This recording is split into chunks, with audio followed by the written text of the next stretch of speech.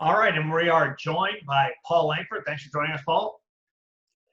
Thanks for having me. All righty, so let's go from the beginning. So obviously you've been coaching for a real long time, but before that, when you were growing up, you play at all? Was there a high school experience there? If this is about my career, this will be the shortest interview of all time. Because in grade 8, I got cut. In grade 9, I got cut. In grade 10, I got cut. And that was at McPherson Park with Mike Jones. And so in grade 11, I was also into theater and a bunch of other things. So in grade 11, I was just smart and just was the manager. I was about 4'11", 98 pounds. I loved basketball, but I wasn't very good, and I certainly wasn't very big. So I know that your brother, who's a little bit younger than you, he was growing up and he was a pretty good player. So tell us a little bit about how that got you involved in basketball and what you how that stemmed things going. Yeah, so that was my passion. I wasn't very good. In grade 12, I actually managed again, and about Christmas time, I'd grown a little bit, and my coach asked if I wanted to play, if there was a uniform big enough for me, because I sort of handled everything. And I said, yeah, there was. And so I played like 5 games or 6 games in grade 12 for Burnaby South, which was a pretty good program. But anyway, my brother was grade 7 when I was in grade 12. And so when he went into grade 8, he went to Gladstone. I love basketball, and I shared it with him, and I used to go on the sidewalk and teach him how to dribble, and he used to dribble by me and I'd throw him back. So he played grade 8, and they played about 9 games in Gladstone that year. And I worked at CP Rail. That was my first year out of high school, and they only played 9 games. So I asked their coach if I could put them in tournaments, because there was a lot more than basketball out there. And that's actually probably my first coaching experience, is that I put them in a few tournaments, St. Thomas More tournament, and a few other grade 8 tournaments. And that sort of started me going and following Peter's career in basketball. Okay, and then you coach. How long are you coaching guys for? I believe you had a really good player when you were just getting started that you were also coaching too, right? That kind of got your team going a little bit. So Gladstone was a really good program in that year. At that time, Bill Ruby sort of ran the program, and they had lots of other good coaches. So the next year, I coached grade 9, and I didn't coach my brother because he made the junior team. And I coached grade 9 for about 4 more years straight at Gladstone, and I loved it. I thought I was really good, but I didn't have a clue of what I was doing. But I was having lots of fun, and I had great kids. And then I got a group of grade 9s, and they were really good. And actually, we had them play junior, and I coached that junior team. And it was Mike Miller and a kid named Diego Marquesi was in that group. And Diego was the real deal. Probably the best athlete I've ever coached, guy or girl. We played junior that year. We had a great year. We came second in the city, I believe. And then the following year in grade 10, I coached junior again, and Diego went up and played on the senior team. And the senior team was really good at the time. When my brother was in grade 11 and 12, they came 3rd and 7th in the province. They had one of the biggest upsets. And so I followed Gladstone. I was coaching at the younger age. And then Bill Ruby went and took the Langara job, and I coached the senior team with all grade 11. So when Diego was in grade 11 and Mike, our whole team was grade 11, and I coached. And that was a heck of an experience. At the time, I was going to coaches clinics and stuff, and I thought I was pretty cool. I was probably 23, 22 years old, but they were an awesome group of kids, and they were small, but they were really, really feisty, and it was a great experience. And Diego was the real deal. He ended up playing on the BC Summer Games, which I believe was U19 at the time. He played for Ken Shields. And he was way above his time, and he sort of helped me get through it. So that was my guy coaching experience. And I coached at Gladstone for 9 years in boys. Right, and then after Gladstone, what ended up happening? Well, my older brother started coaching. A lot of people don't realize that I actually probably coached before him, but he was out in Langley, and then he went out to Mission, and he was coaching at the time at Mission Junior. And he sort of started coaching from the book, and he was really progressing, and he had a good group, and he wasn't allowed at Mission Junior to coach Mission Senior, and he had developed this young group of girls that were really good. And he asked me if I would coach them at senior, because if they didn't get a coach at senior, they were going to go all disperse and go to MEI and a few other schools. And so he asked me if I'd coach them. So I'd never coached girls, and I said yes, and I agreed to do it. So I coached senior girls. In the first year, the best player out of that group didn't play, and we sort of struggled a little bit, but it was fun, and I got great advice. One of the best coaching advices I ever got was, be careful when you coach girls, because they'll do what you tell them. And I tell people that to this day.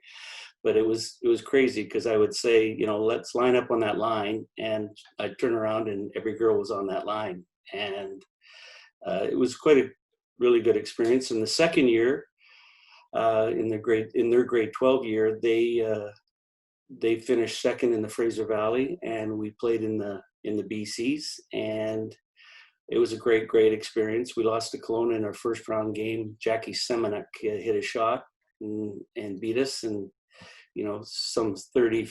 some years later, I'm coaching against Riley Semenuk. So it goes around, right? So, absolutely. And then so you end up coaching out there for a little bit, and then before you know it, you've got kids, they're coming into high school, you end up coaching at Riverside. At the time, Riverside not really a basketball place. So tell us what kind of happened to get you going, and then what that was like at the beginning. So I started coaching my daughters in softball, and then I was Gene Gerwing and I sort of coached girls in softball, and then we went into a basketball tournament in the summer up in Salmon Arm, and the kids got a real bug. They loved it, and so we kept doing that, trying to go into a few tournaments. And so we did basketball in the winter, and softball in the summer and spring, and we did that from about 1992. And then when my daughters were getting a little older, they went to Pitt River, and it was Mary Hill Jr, I guess, or Mary Hill at the time.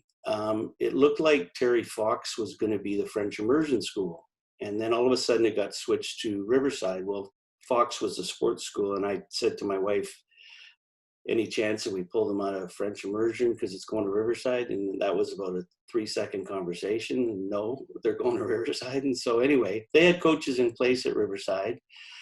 And I was kind of interested to see what happened. And I'd coached a really good group, my oldest daughter's age. And so my daughter, on September 15th of her grade 9 school year, asked somebody like the AD or something if they could go to an open gym. And the basketball coach at the time was intimidated by that and thought they were over anxious and quit. So I got a phone call that your daughter's an over aggressive kid and we have no basketball coach here. So if you want her to play basketball, you better coach, which was pretty funny at the time. Yeah, no kidding. And so I started coaching at Riverside. And you started, and you had a good group right off the top, right? You had some pretty good athletes because they were your kids' age. What was it like kind of get that program going there? Well, Riverside was interesting at the start because it was sort of a split between two coaching staffs, half from Millard and half from Mary Hill, and we won't get into all that. But it was truly a volleyball school. It still is a volleyball school. There's been lots of coaches there, and people don't understand that. But I settled in pretty quickly and tried to make it a basketball school, and we were in the Fraser Valley North, which was a really tough league. Kerry Rokosh, Donnie Herman, Kelly Fridge over at Fox, and Alex Devlin, and there was great coaches. And I was happy to make the Fraser Valleys. if I could get a team going and we could make the Fraser Valleys, that would be really cool. And during that time, my brother coached at Heritage Park, and I knew what the time and effort and all that they had put in, and I had no intention of doing any of that because it just looked like too much work. But I was pretty happy with coaching at Riverside. So around then, you started getting involved with Basketball BC. You're coaching regional teams. You end up coaching some provincial teams. Talk about that experience of coaching your first provincial team. Well, it was all weird. What I guess sort of what happened is I coached at Riverside, and my daughters were finishing up, and there was two young guys or two dads coaching groups. Darren Buchanan was coaching his daughter and a really good group, and Mike Kartner was coaching a good group, Stephanie and his daughter, and they were both in our encatchment, but they didn't play together. They were one age apart. And I sort of talked to both dads, and I coached a regional team that was of U13 or U14, can't remember at the time, but it sort of amalgamated those two groups. Most of those kids made that team, which was rare back in those days to have a lot of kids from this. I think there was even a rule that you could only have capped it at 3 people, I think. 3 kids. But we had like 8 kids on that team, and they were phenomenal. These guys were well coached by their dads, and they were very, very good. And it got recognized. And then I got a call from Basketball BC asking if I wanted to coach a provincial team. And I put my name in and went for an interview and didn't get picked. But 2 years later, when we'd won, I had coached an unbelievable regional team, which had Felicia Weinberg, Carly Butcher, and that I got asked to do the U15 provincial team the year following. So it was a good experience. I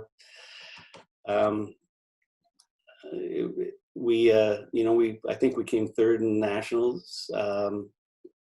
I was lucky to have Christina Collins, who went to Riverside, on that team. It was a pretty good experience, but yeah. So you coached provincial team for a little bit. You're at the same time you're starting to build up Riverside to become a powerhouse, and you end up having arguably the best team in the province that year. I thought we played you when I was at Argyle that year. I think you beat us by 1,000, and just a lot of talent. Talk about starting where you started and then building it up to where you ended up. With Taryn. I think Taryn and Carpenter were in grade 12 or grade 11, and your team was very good. Talk about what it was like to have that team and kind of the progress that they made as a group. So those kids started really young, and so when my daughter was in grade 12, Stephanie Kartner was in grade 8, and Christina Collins was in grade 7, and they actually played junior. They didn't go to our school; they went to our feeder school, and they played junior for Mike and Darren. And they were one game out of making the Fraser Valleys back in that day, which was really tough. So it was great to stay on board and be around. And we became really, really strong. And those guys played as probably the youngest senior team the year after. And we started getting lots of good kids. I opened the gym up every Sunday night, and that became pretty popular. At one time, it was dads against kids, and then it just kept growing and growing and growing. The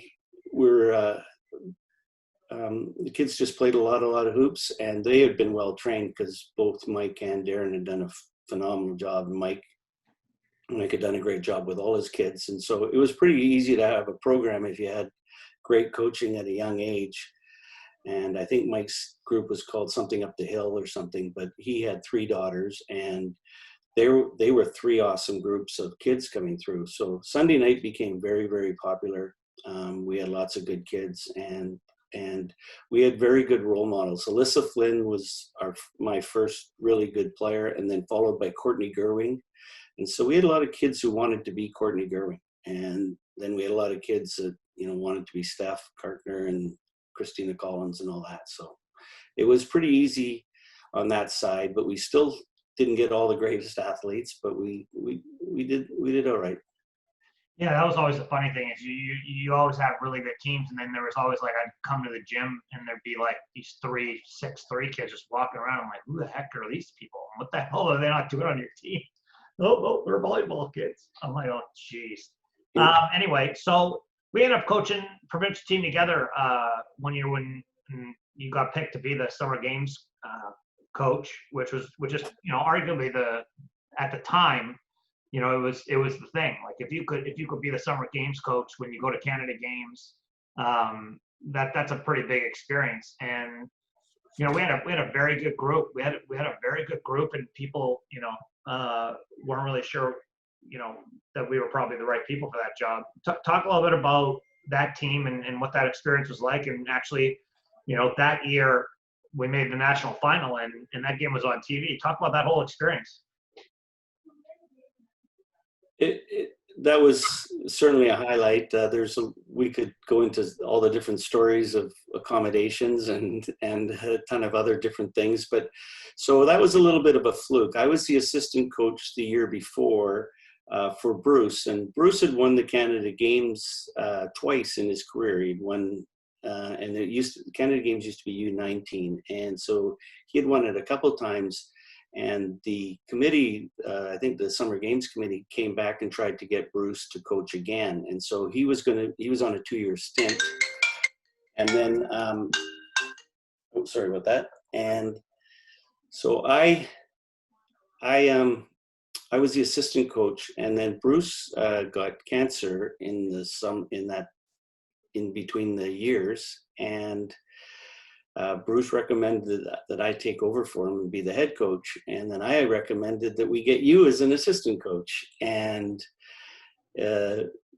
everything worked out well. Bruce recovered. I don't think he missed a game up at SFU, but we also got to coach an awesome team. We had lots of great players, and we had lots of fun. And those provincial teams, I tell people, our tryouts were in April, and we finished on August 28th. And so you and I coached Center for Performance. So a kid like Diana Lee and Chris Young and Cassandra Brown, we coached them in CP, and then we coached them in the summer, and we actually coached them more than we coached our high school kids in those few years. We came second to a very good Alberta team. We beat a very good Quebec team in the semis, which was a real highlight. And it was an awesome experience, except for the accommodations. And that was a good storytelling.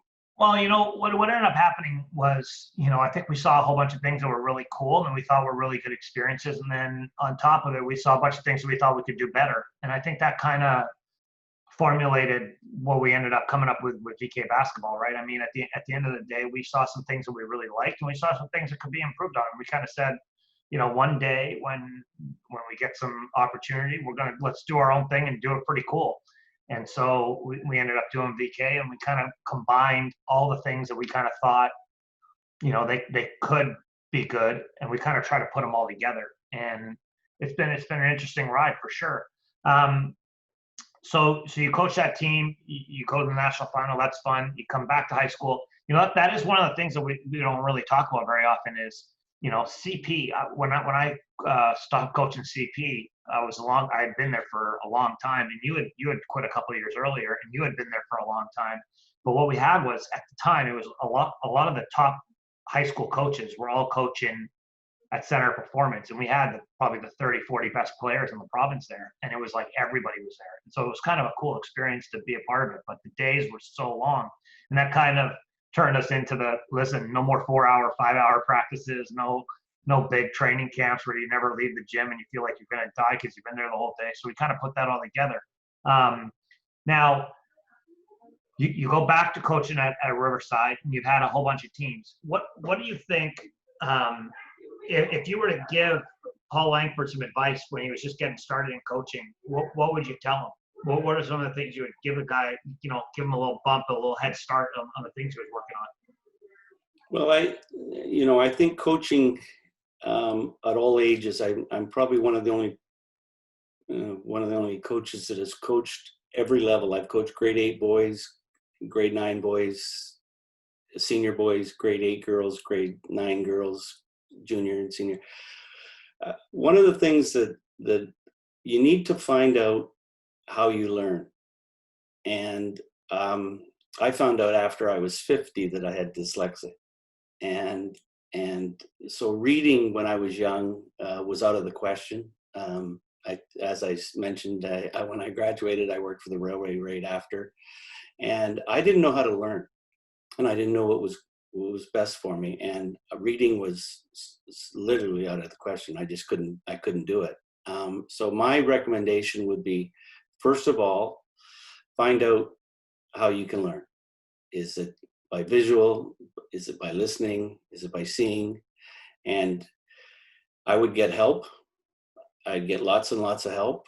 I would read as much as possible and get as much information as possible if I was going to do it all over again.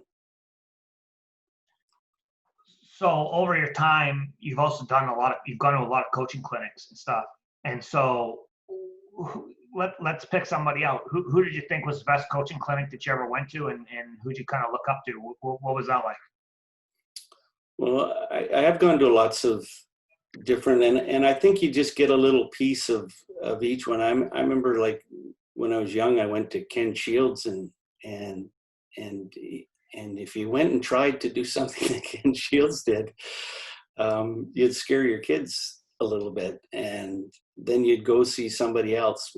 I think the learning from others, the best thing I did was watching practices. I went and watched Rich Goulet practice. Obviously, we practiced with we used to be in Center for Performance with Rich Chambers, and there would be things you would see that you would like. I went to a ton of my brother's practices. I went to an Arizona practice when I was quite young, and Lute Olson talked to me the whole time, and his assistant coaches ran the practice, and that was a pretty impressive thing. So I think I can go to Bruce's practice and watch a drill, and then I'll come back and do the drill, and I'll go, that wasn't the same drill. And I think it's just pieces, but I really enjoyed, like, Paul Eberhardt. You watch his practices and the offensive flow that he has and the different things he's piecing.